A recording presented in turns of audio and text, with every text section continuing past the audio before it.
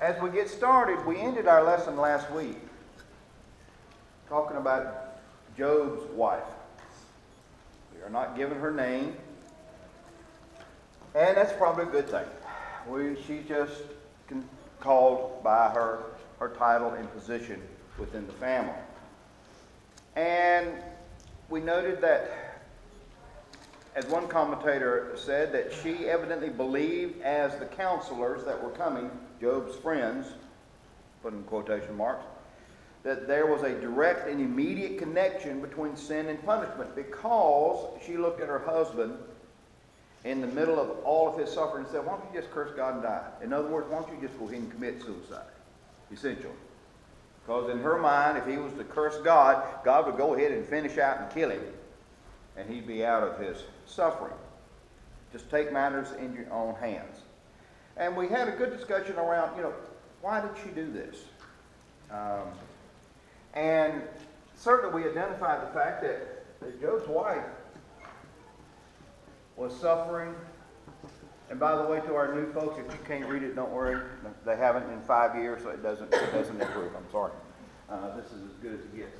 That she was suffering as well. She had lost all of her children, 10, that she had given birth to. She had lost all these children. She had lost all that represented her security, her safety in life. And now her husband is afflicted with boils from the soles of his feet to the top of his head. And perhaps she gave these words just out of her own suffering, as well as the suffering of her husband. And as we think about Job's wife, why didn't she suffer any worse? Why wasn't she attacked? And we looked at that, and certainly Satan could have, but he didn't. But Satan saw the better, put that in quotation marks, better benefit of Job's wife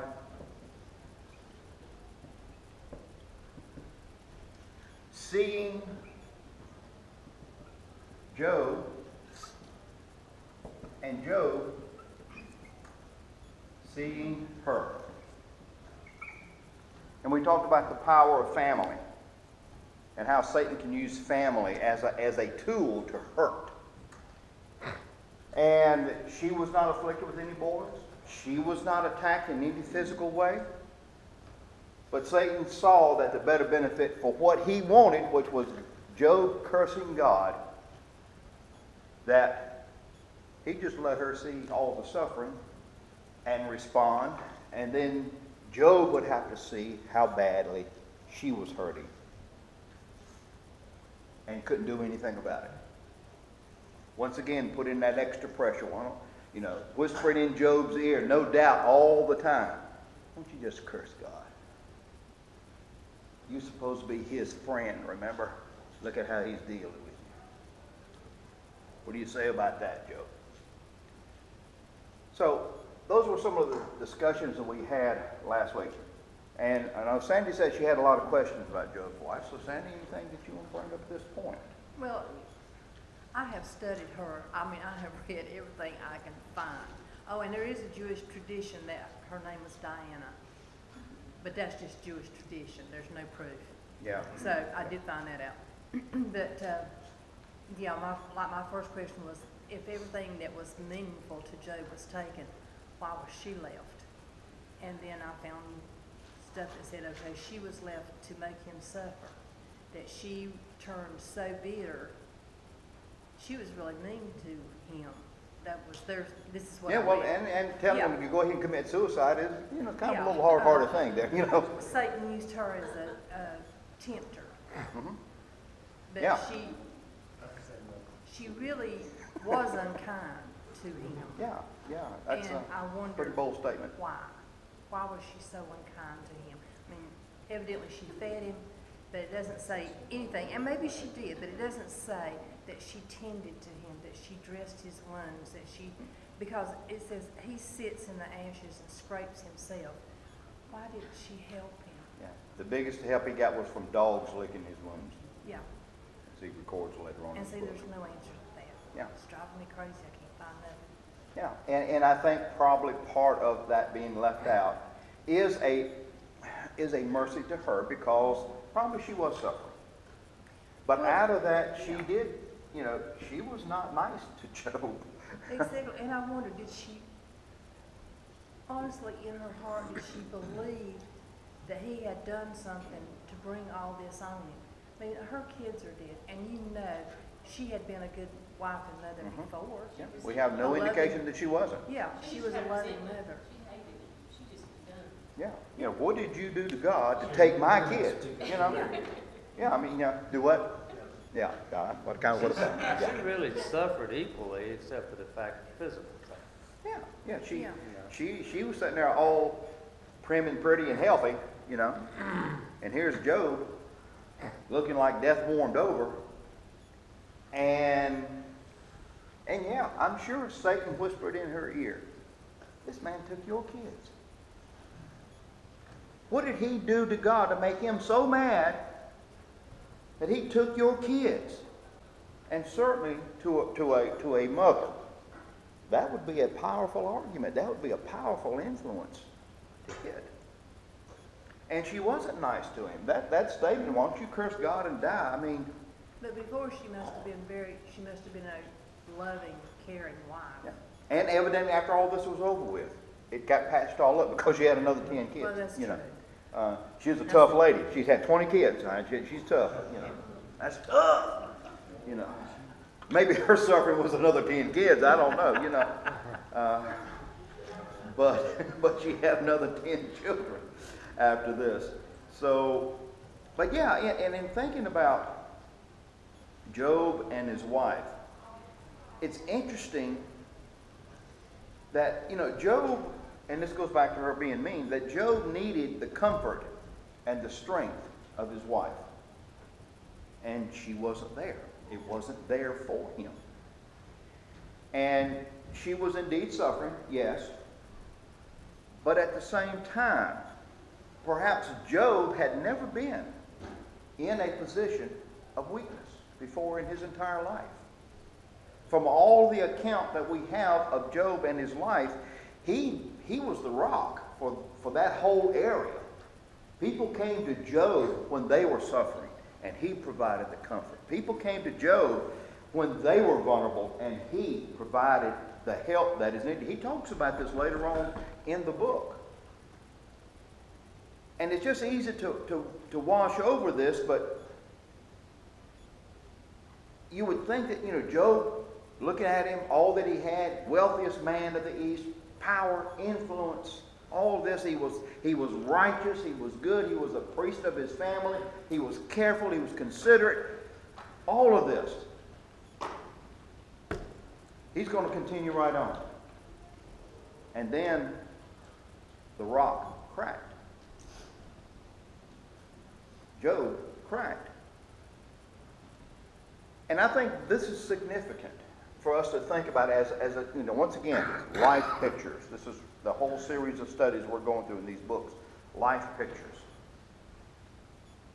And I think it's a very significant lesson for us. There may be times in our families, in our lives, in which your spouse or family member, who you would never dream of being weak, becomes so. And that person may not be able to say it, but your strength or your lack thereof can either help that individual or create a breach that only adds to their suffering. Now, we'll hear Job talk about it. Later on, all the way through this book, he's going to talk about things that he felt he needed from people around him. And it wasn't there. But I think this is one of those significant things about Job's wife, is that, he'd been the rock. He was the man. Or when the man breaks, when the man fails. It's that point that he needs the strength of those around him. And if that's not there, because they're suffering, oh man, Job, you've got all this going on. Well, yeah, I do. And I really need you to step up and kind of help me here. Although he couldn't say it just like that to her. She didn't follow through. And I think that's a significant lesson for all of us. So, yeah. I found in life that emotional pain can be just as bad or worse than physical pain. Emotional pain is worse in the sense that you can almost never get over it. You can heal, even if there are serious scars, you can heal from physical wounds.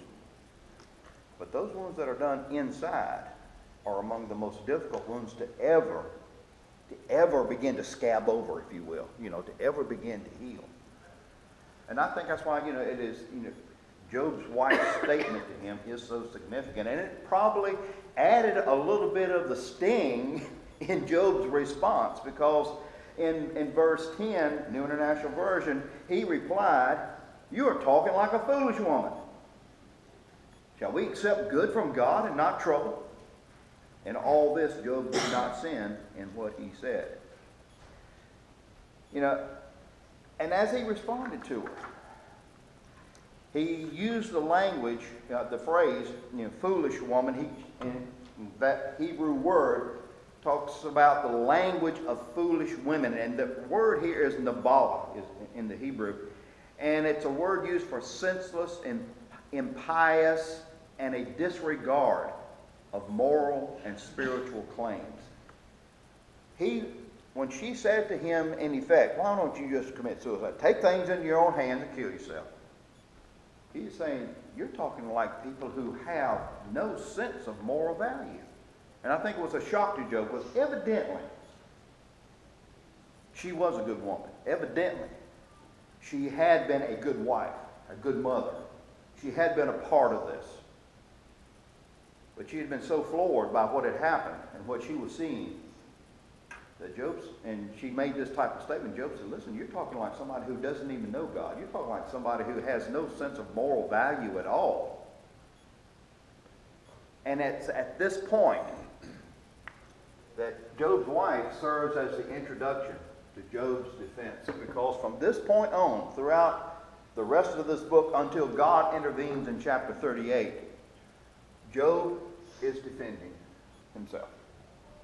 So I think the whole account of Job's wife serves as an introduction to what Job is going to have to be doing throughout the rest of the book, is defending himself and defending his place in this situation. And he says, "Shall we accept good from God and not trouble?" Now, I want to refer you to a passage of Scripture in Isaiah chapter 45 that Isaiah gives. That you have heard it before.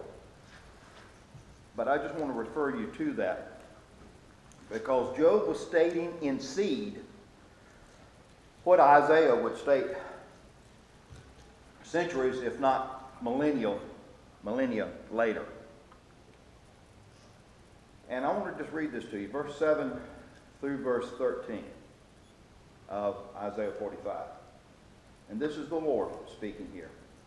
"I form the light and create darkness. I bring prosperity and create disaster. I, the Lord, do all these things. You heavens above, rain down righteousness. Let the clouds shower it down. Let the earth open wide. Let salvation spring up. Let righteousness grow with it. I, the Lord, have created it. Woe to him who quarrels with his maker, to him who is but a potsherd." That's interesting. Job was scraping himself with this. And Isaiah refers to the tool that Job used to scrape himself. "Woe to him who quarrels with his maker, to him who is but a potsherd among the potsherds on the ground. Does the clay say to the potter, 'What are you making?' Does your work say, 'He has no hands'? Woe to him who says to his father, 'What have you begotten?' Or to his mother, 'What have you brought to birth?' This is what the Lord says, the Holy One of Israel and its Maker, concerning things to come. Do you question me about my children, or give me orders about the work of my hands. It is I who made the earth and created mankind upon it. My own hands stretched out the heavens. I marshaled their starry hosts. And here is the key to all that he was saying. Because he made a prophecy at the end of chapter 44 that Cyrus, he was going to raise up a king in Persia by the name of Cyrus. And Cyrus was going to release the captives of Israel to come back home. And there were people that were questioning this because this was probably some 100 years before Cyrus ever came on the scene. I will raise up Cyrus in my righteousness. I will make all of his ways straight. He will rebuild my city. Read the book of Nehemiah for that. And set my exiles free, but not for a price or reward, says the Lord Almighty. So even though the context was around Cyrus, the Lord was bringing out very clearly in seed. I mean, in a greater fruition what Job was saying in seed. How can we question God when God knows what he's doing? But that is the question that we ask. That is the problem we face when we run into trouble. Why is God doing this? Why is he allowing this to happen? So talk to me a little bit about that.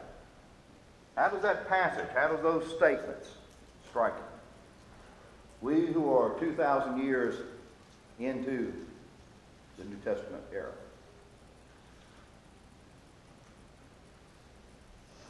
Well, I can't criticize Job's life. I mean, I've seen marriages fall apart over the loss of one child or over the loss of financial ruin. And it was everything. She was suffering just as much as he was. Yeah. And she didn't have it in her to help him. She didn't help herself. Yeah, she couldn't. And I think it's very key. She was suffering. She couldn't help herself, so she couldn't help her man, in that sense. What else? Anything else that stands out about this lady and Job's response? I think because God knows us, he knows that we're going to ask for it. Yeah. And I think that's, part of the reason why Job is in the Bible. Part of the reason why, Isaiah 45, other passages, Romans 8:28, all these other passages is to help us understand, the Lord knows that we're going to reach a place in our life that we're not understanding what's going on, and we're going to ask why. And he wants us to know, one, I'm still God. I know what I'm doing. But at the same time, I'm going to be there, and I'm going to be with you. And I'm going to be right there beside you. I'm going to walk you through it, even if you don't feel like I am. And I imagine Job's wife would probably say, I don't feel God nowhere here. I ain't feeling led by the Spirit of anything. I ain't feeling too much Christian right now. You could see her. You could hear her saying that and understand. I felt like that without anything near those. Oh yeah. I've been to that place and had. Yeah, like I said last week, I've been through some fires. I came out smelling like charcoal, not like the 3 Hebrew boys that came out without even the smell of the fire. I came out stinking out of some of the fires I've been through, and nowhere near the level of Job and his situation. Was she godly? I would assume so. Or did she refer to him as your God, which he's talking to you? Yeah, I would assume she was. It would be. So don't say she prays. No, you don't hear her praying. No. You don't hear her quoting. You don't. It's almost one of those things. Maybe that's why she suffered. Maybe that's why. Could well be. I mean, it's right there within the realm of possibility because we're not told anything else. So it's when you get into that opinion thing, yours is as good as mine, mine's as good as yours on that. And it could be that she wasn't a believer. How in the world she could not be with Job, I don't know. But we have seen a lot of people around in our own lives that after all that God had done for them, with them, around them, they still didn't believe. Jesus Christ walked on this earth, and they killed him. So, I mean, there are some people who just simply will not accept. And they would curse God. And they would. And they would. They cursed him. And still do. Yeah, and they still do. Oh, yes, they still do. But just, excuse me, I Sure. But just like Jesus said, he said, I leave you with my peace, not peace of the world. Because if you have peace of the world, it would make you do anything just like he said, curse, do drugs. That's what you want to get your peace at. But if you want the peace from Jesus, that has to enter into your soul. Yes. Then your soul can work with your body to deal with this other stuff. Yeah. He said, my peace I'll leave with you, not as the world gives. In this world you shall have tribulation. Yeah. But I have overcome the world. And it's that tension between the two of will we trust God, like we've talked about. You have, God, you have an event, and then you have Satan, and we are there because we're the ones that have to make the decision. Will I listen to him or will I listen to him? Yeah. And we run into that with all of the events that occur in our lives. Some nowhere near as serious as this, and some in our minds just as serious, even though, you may not be able to write a book about it necessarily. So Job's life is a really interesting study, and the lessons that come out for us from many different angles. But as chapter 2 comes to an end, we go into what really, in the outline of the book that I developed, I call it Job versus the four. And this is Eliphaz, Bildad, Zophar, and at the end, Elihu. And this goes from chapter 2, verse 11, through chapter 37, verse 24. I mean, just a hunk of the book is this section. And that's what it is, Job verses. It's back and forth all the way through. That's why we're looking at it in sections, because just to break it down verse by verse would take forever, one, and it would almost sound like we're being redundant. Although there are some very interesting passages that we will point out as sections of Scripture. And if there's particular verses that stand out to you, you want us to talk about, simply bring those up, and we will do that. But we're introduced in verse 11 through verse 13 to three of Job's friends. Certainly we hope Job may have had more friends than this, but these are the only three that showed up, or four if you count Elihu. It's interesting that he's never counted. He's always left out. And some commentators have said Elihu was probably the youngest of the group. And being a very young man, although he may have been,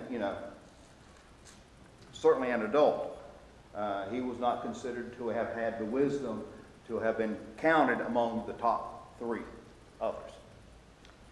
And it may be assumed that these three guys, or all these folks that show up, were wealthy sheiks of the region, just like Job was.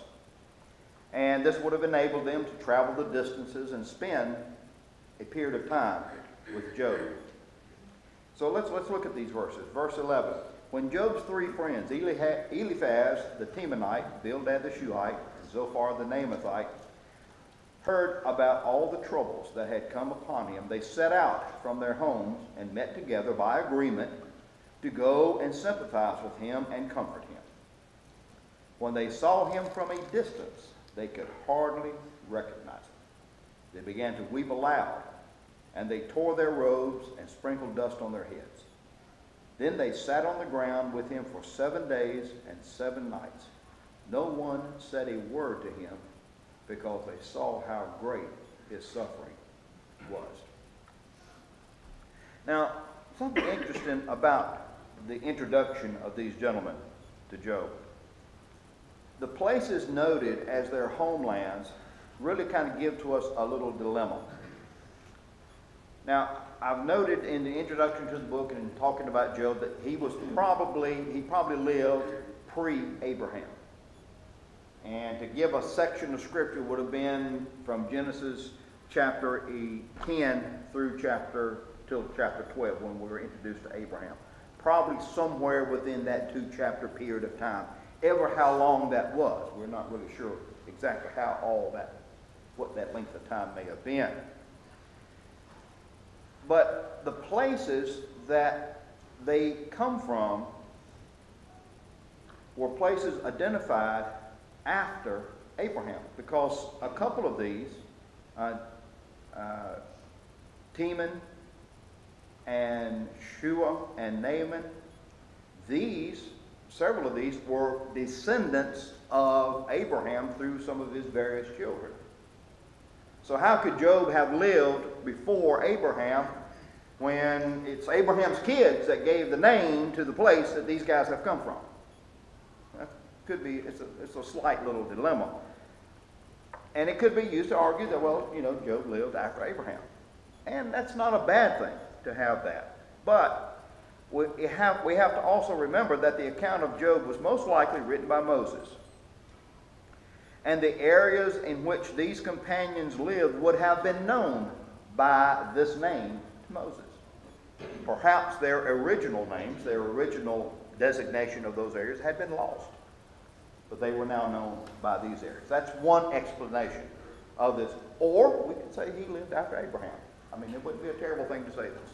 Although I think, just from the nature of it, Job was a Gentile. We don't hear any mention of the law or any of those things. So it kind of leans toward pre-Abraham days. And it seems that these guys really had positive intentions. Now, we've already talked about Job's wife.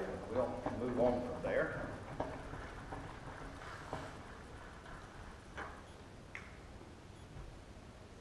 I'll just call them the 4, although we're really introduced to the first 3 right here. And it seems that they had positive intentions, because the passage states, that's S on the end of that, the passage states that they had met and got together by agreement that they would go and sympathize with him and comfort him. I mean, that sounds pretty good. I mean, that makes good sense. It sounds like, they got their head on straight. And we don't know just how much they knew of Job's situation, but evidently, even though they had positive intentions, they were not prepared for what they saw. Because the passage tells us that when they saw him, verse 12, from a distance, they could hardly recognize him. And he was such a sight to behold that they began to weep aloud. They tore their clothes and sprinkled dust on their heads. So, even though they had good intentions, they were not ready for what they saw when they saw this man. Job evidently was horrible to look at. He evidently was, and we've seen people, you've seen people. You think about burn victims. Burn victims, not through any fault of their own, but just because through the healing process, it's hard. It's hard. Think about how Job would have looked in that type of light. So it was just something that they weren't prepared for in their minds. Yeah, Job's sick. He's had a hard time. All this has happened. Let's go see Job and sympathize with him, comfort him. That's Job. He don't look like Job.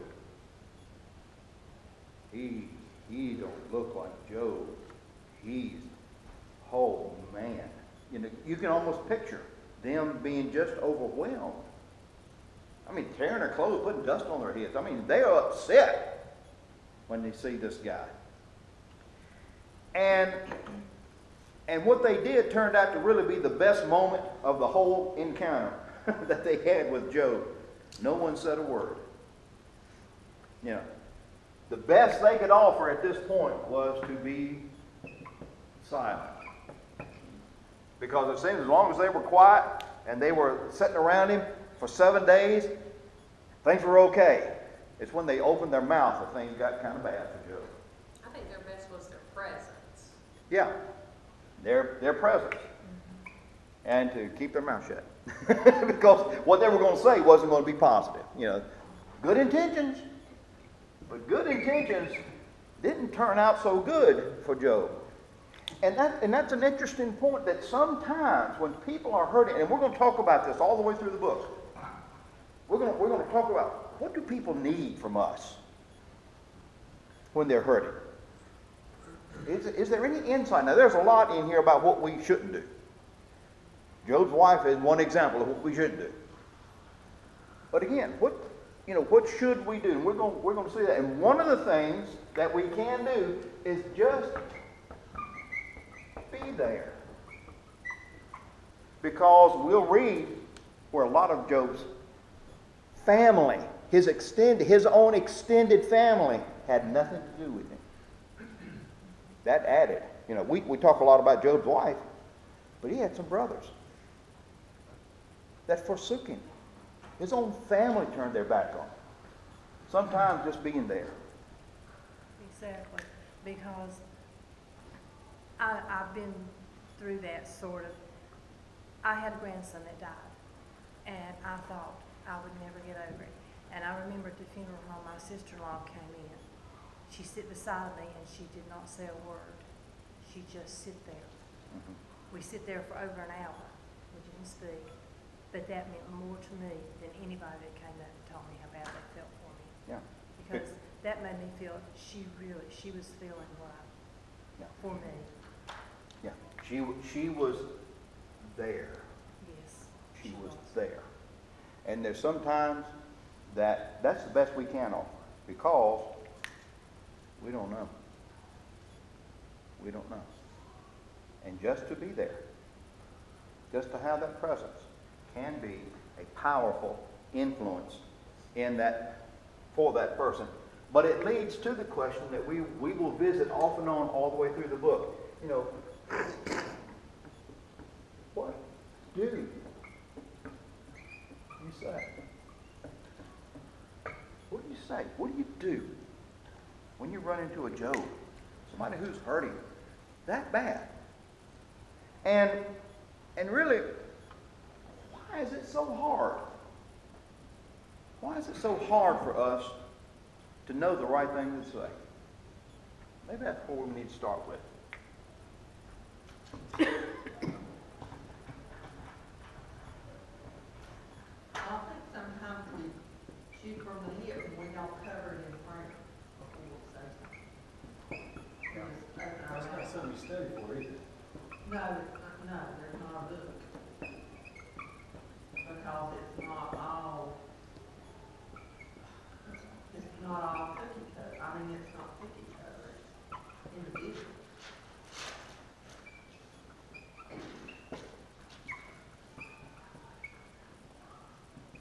You can't study for it, yeah. Two great points. You know, what do you say? Why is it so hard for us? My wife has had cancer twice. She's a 2-time survivor of cancer. And she encountered this with folks that were around her. They didn't know what to say.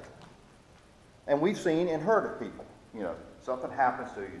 You know, maybe something that's more the emotional damage rather than physical damage. And people come and act like nothing is going on at all. Or they're just uncomfortable, or they ignore you, or why is it so hard for us? Part of me feels maybe a little bit guilty that you're not going through what they've already gone through, so therefore you don't quite You haven't experienced it yourself. understand. You know, I think, and part of that, I think God does give you trials to allow you to sympathize with someone, and if you haven't gone through that trial, Yeah, because suffering is so individually personal. That's why you can't just study. Say, okay, so-and-so's got this. These are the 4 things you're supposed to say. And unless you've been through something similar, and we've talked about this before with you know, people in the military, PTSD and stuff like this. You don't, you know, I wouldn't dare say that, you know, I understand. No, I don't. I hadn't been shot at all those times. I hadn't seen all that they've seen. For me to say that would be an insult to them, and would be simply stupid, you know, to do that. Shooting from the hip that doesn't make any sense at all. But yeah, we're some of this guilt that I'm living a good life. I don't have these problems, and I really don't understand. I don't understand what you're feeling. I don't understand what you're going through. So I guess I will just ignore you, as if that's going to be the answer. That's going to help. That's going to help that person. Or we then, as Job's friends, we'll see that they do, turn around and attack him as if you deserve a bit of this. I mean, that's where they're going to go. Within the last year, I had two friends. Both had sons committed suicide. One was 23, the other was 22. And I remember my daughter, after I went to receive it, they really didn't know one of the fellows. He was a co-worker. He did it in there. She said, "Dad, what did you say to him?" I said, "I didn't say anything." I hugged him, and I walked off. And I guess that's what, I'm not really for social media stuff, but I guess the power of text comes in. Later on, you know, I texted him. "I've been praying for you. If you need anything, let me know." Yeah. And he texted back a long text. Mm-hmm. I mean, you know, Yeah. but Yeah. I said I didn't say a word. I just Yeah, hugged him. you were there though. Yeah, you were there. You gave him a hug, and that spoke that emotional volume to him that probably words at that point would have been like water on the duck's back. But that physical contact meant a lot. So be there and understand it correctly. Make it physical. You know. Some people don't need a hug. They may just, you know, just a touch on the arm, pat on the back. You know, they don't need a hug. Some people are just like that, you know. That's not what they need. But part of thinking about what do we do to people that hurt? What do we do for them? How do we reach out to them? Be there. Make it physical. And understand that because it is so personally individual, suffering is. And because unless we've been through something, we really don't know how they feel. A third thing that is often one of our failures, and I've already alluded to this, is, and we take the route of Eliphaz, Bildad, and Zophar, we make a prejudicial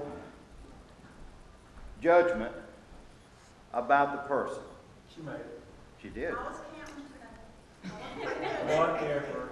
Yeah. Julie, she's making you feel good, ain't she? I seen her count. She said, "One for you, one for me." One for you, two for me. Prejudicial judgment, yeah, prejudicial judgment about a person. The timing of that was just fabulous, wasn't it? You know. And this is what Job's companions did. We reach a place because we don't know, because we're not experiencing it, because we have in our minds a better life. It makes us want to correct someone as our offering of sympathy or help.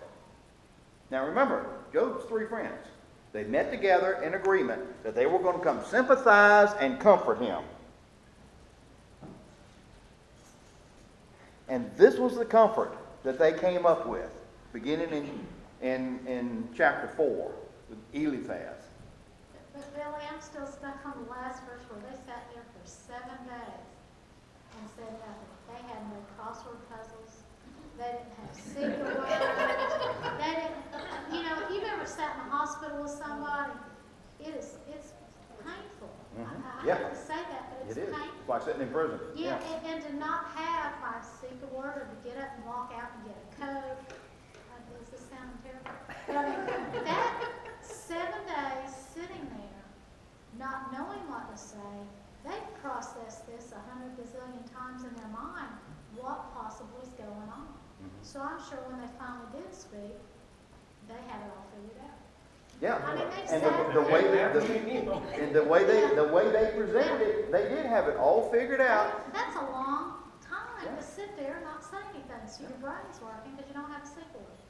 You think they talked among themselves about it, or they talking to each other? Probably when they first met, as the three of them, because they planned to meet together, and they probably introduced the subject to themselves. Okay, I wonder what Job's done. I mean, what's happened? Because their whole mindset is that if you live right, you don't have these problems. That was their whole mindset. And that's their whole argument all the way through this mass of chapters. And they offer all kind of reasons and all kind of avenues to this, and we'll look at those. But, they probably, began to entertain that when they first met together to go agree and sympathize and comfort him. And then after they had sat there for 7 days, which is, that's really being there. We talk about it being there for an hour, and that's really good. 7 days.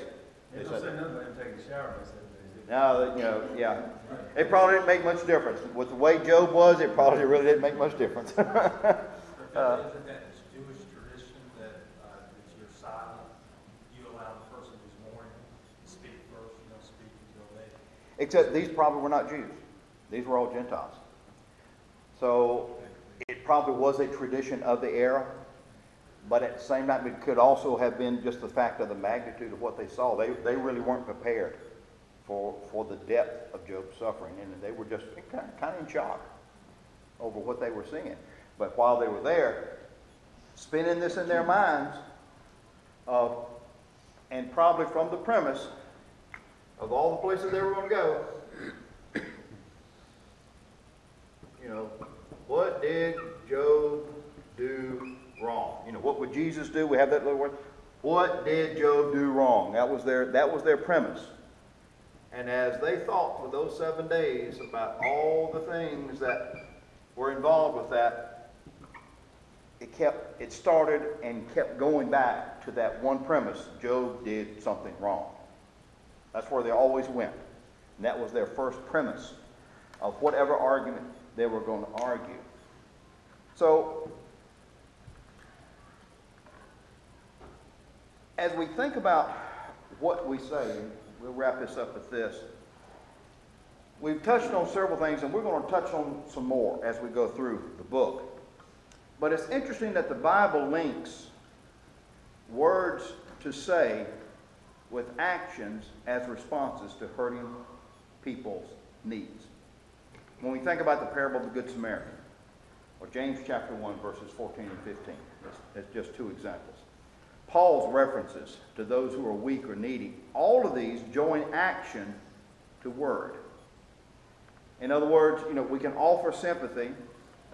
We point the person that is hurting to God as their source of help, who can understand, who can reach into those areas that we simply are not able to do. And that we then offer actual help. Or if we already know what is needed to do, just do it, And then we offer counseling, instruction, or whatever it might be needed. But we started off by offering that sympathy, and then linking it to pointing to God, then do, and then counsel. But the other things, whereas so many times we want to start the other way around. What did you do wrong to put you in this mess? And then we go back to, I feel sorry, but we start off from that prejudicial stance, assuming that they had done something wrong. When Job is the example, that's not always true. It's not always true. Sometimes it is, but Job is the example that says sometimes things happen and you didn't cause it. It ain't your fault. There's a backstory that you may never know, but it's not your fault. It's not your fault. All right.